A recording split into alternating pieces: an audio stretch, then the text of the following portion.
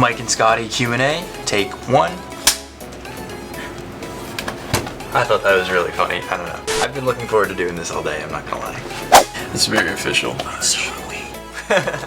Hey guys, I'm Scotty. And I'm Mike. And we thought it'd be fun to answer some of your questions. So, here we go. Yes. Who's the better kisser? How are you even supposed to figure that out? Or like measure that?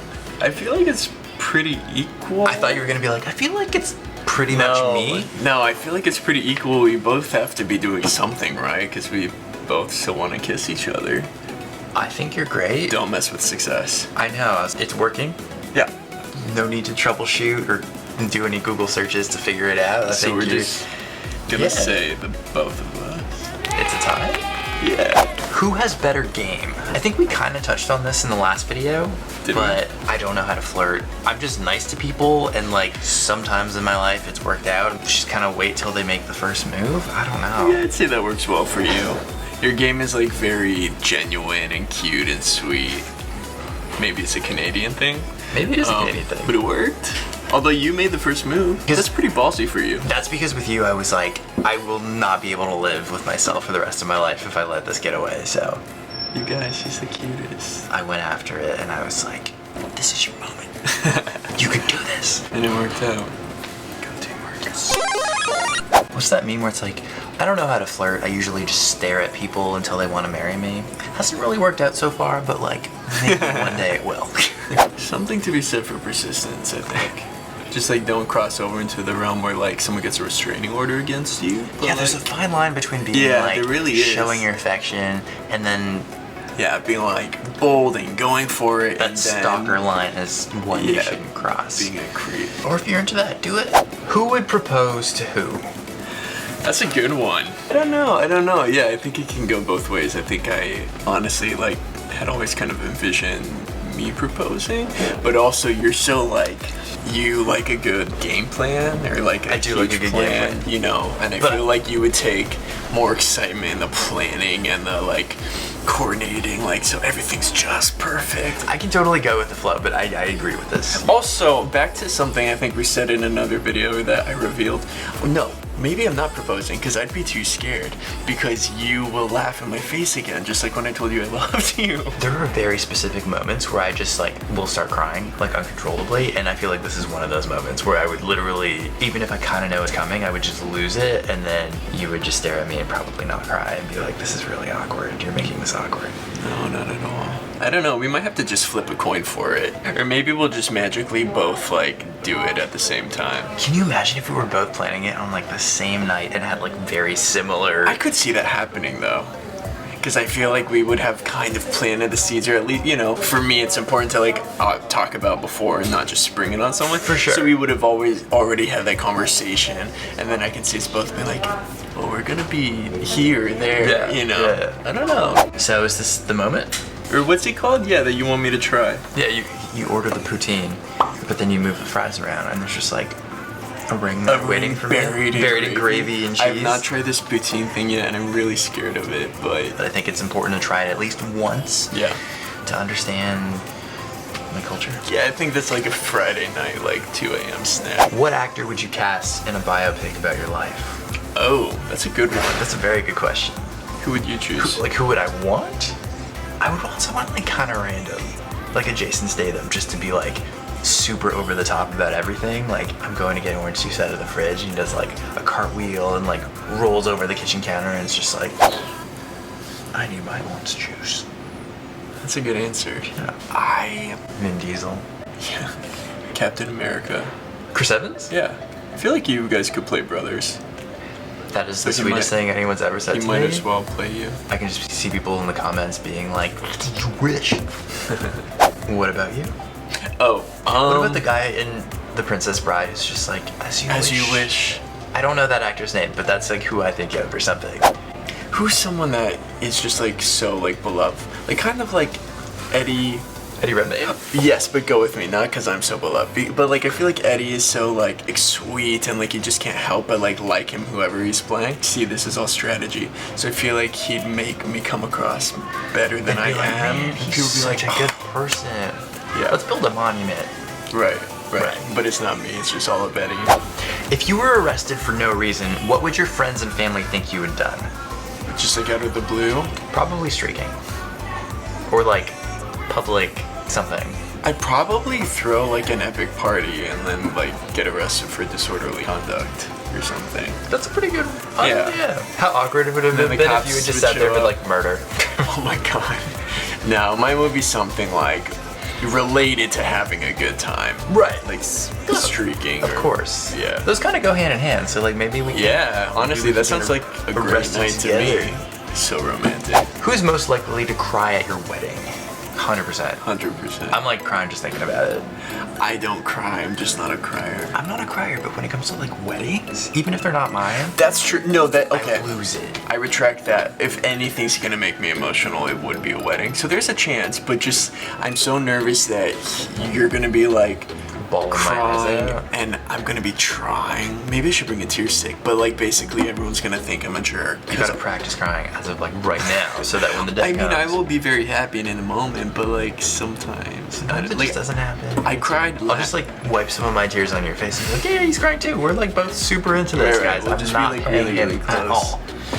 No, I mean I cried last year, and that was the first time I'd cried in like That makes me sad. 10 years, 8 Happy years. tears?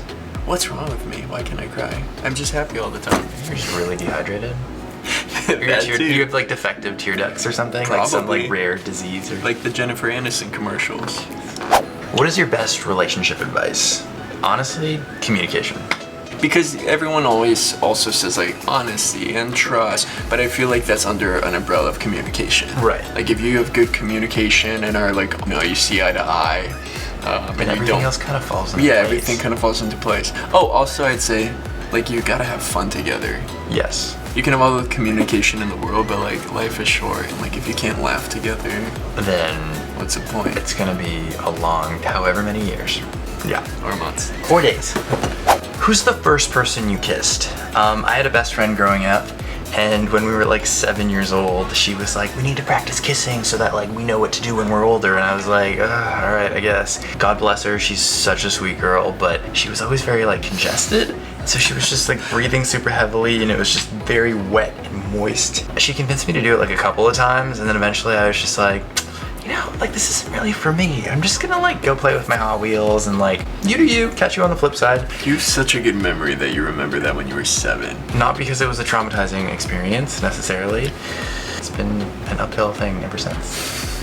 It gets better. It gets better. I don't know if I had one that young. I have so many, I like, can't even remember. No, I might have had one like, when you're like that young and like whatever. But the first one I remember was when I was 11, and it was like I was in a show. But all the kids backstage were in that middle school phase, and we were playing like kissing games. I don't know. Anyways, but her name was Kelsey, and I'd known her since I was 6. What up, Kelsey? What's up, Kelsey? But she was like a year or two older than me, which was even better because I was like, she was what a like, stud. she was always like the cool one, and yeah, it wasn't too bad. You know, it's a weird thing to think about. What was your second kiss? I can't tell you who the second person was. Like I so vividly remember the first, but I'm like, who was after that?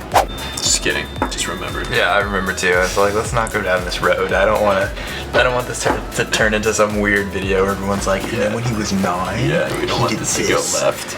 It was all very PG. Have you ever been rejected? Yes, absolutely. I'm still getting over a specific situation. I still have PTSD from a specific moment in my life. What happened? When I was 11 years old, I was at summer camp for like a couple of months during the yeah, summer. this is so cute. And I was in a cabin with like 7 other guys who were like super cool. We were great friends. And at the end of each camp session, there was a dance where you were kind of expected to ask someone else to go with you.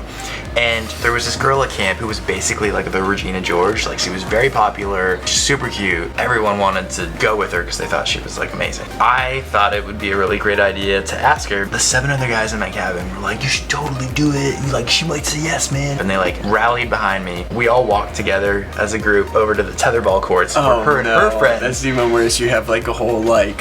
Yeah, I've got a crowd. behind you, I've got like hype literally team. like a stadium's worth of people being like, ooh, oh shit, damn. We walk over, she's playing like tetherball with her friends. Yeah, as you do. With literally like Gretchen Wieners and Amanda Seyfried or whatever. I go up to her and my friend's like, you can do it, please go. and I'm like, hey, blank, you know, I really like you, and I was wondering if maybe you'd like to go to the dance together.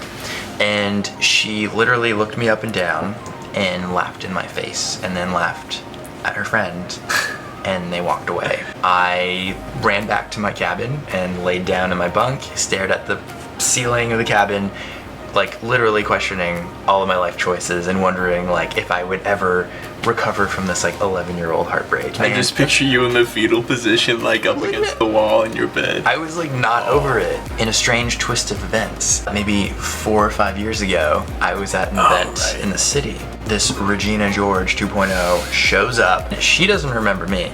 I 100% remember her because I still get PTSD. We had a mutual friend, and she like put feelers out to kind of get a sense of like whether there was any interest on my part.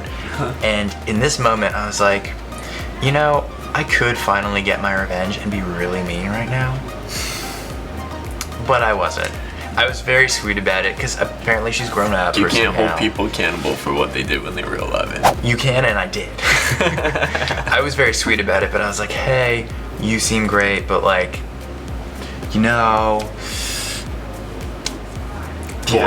Yeah. You know, Michael. Yeah. Oh, that makes me sad. But one time I was dating this girl in high school. She was like the coolest, the hottest, the funniest, like she was the best. But she like went on a family vacation or something, and like basically she like didn't talk to me for a couple of days, but I took it as rejection. So then I broke up with her like out of self-preservation and started dating someone else. Messenger or something? Yeah. I like freaked out and I like broke it off and started dating someone else who I should not have. So really it was you.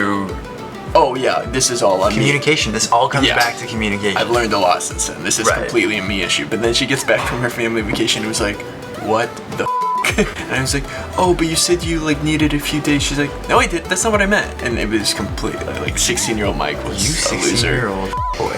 That was bad. I'm not proud of that girl. So if I ever go to like Quebec for the weekend and I don't get service because I'm in like the woods and like just like wait at least a week before like pulling the cord and being like deuces. No, I learned my lesson.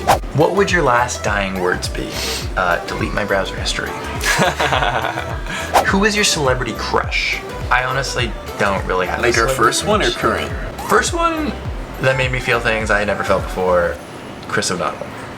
Yeah, I feel like he's a staple for most. That like impacted a generation of. I was like, I really like this movie, not because it's great, but because of I don't know. Right. Wait, no, you know who my first crush was ever? Eric Von Detten, who was in Brink, the Disney movie. That rollerblading movie? Yes. Team X. Oh, I was obsessed with him, but like I was so young, I couldn't like, you know, articulate that. Right. I just was like, no, I remember because all the kids in my neighborhood, we were like super into like rollerblading and crew? skateboarding. We did, and we like built ramps and everything. We would watch Brink like once a week and get like really hyped. It like turns up. But everyone would be like, yeah, he's so cool. I'd be like, yeah, right, like his hair's so shiny. And then everyone would kind of like look at me and be like, and then go back to rollerblading. And then but like didn't understand why that was a little different than them. What's your favorite thing about each other that you would least expect? Least expect? I don't know if anything's like unexpected. I really like your laugh. Also, I just like seeing you happy. Yeah, it kind of along the same lines, but you get this particular cute little like face when I like really make you like giggle, not even laugh, like you're like giggling, and it's like so adorable. Ugh, it makes me melt. You make me melt. You make me melt. Like ice cream on a hot summer day. Thanks for watching, guys. I hope you enjoyed the video. If you want to see more stuff like this, let me know in the comments below. And if we didn't answer anything that you've always wanted to know, feel free to ask away, and we could do a round 2. We can do a round 2, or 3, or quattro, depending on how many questions there are. But they have to be like PG-13, guys. PG-13. Brink and Disney level questions. Thanks for watching, guys, and we'll see you guys soon. Bye.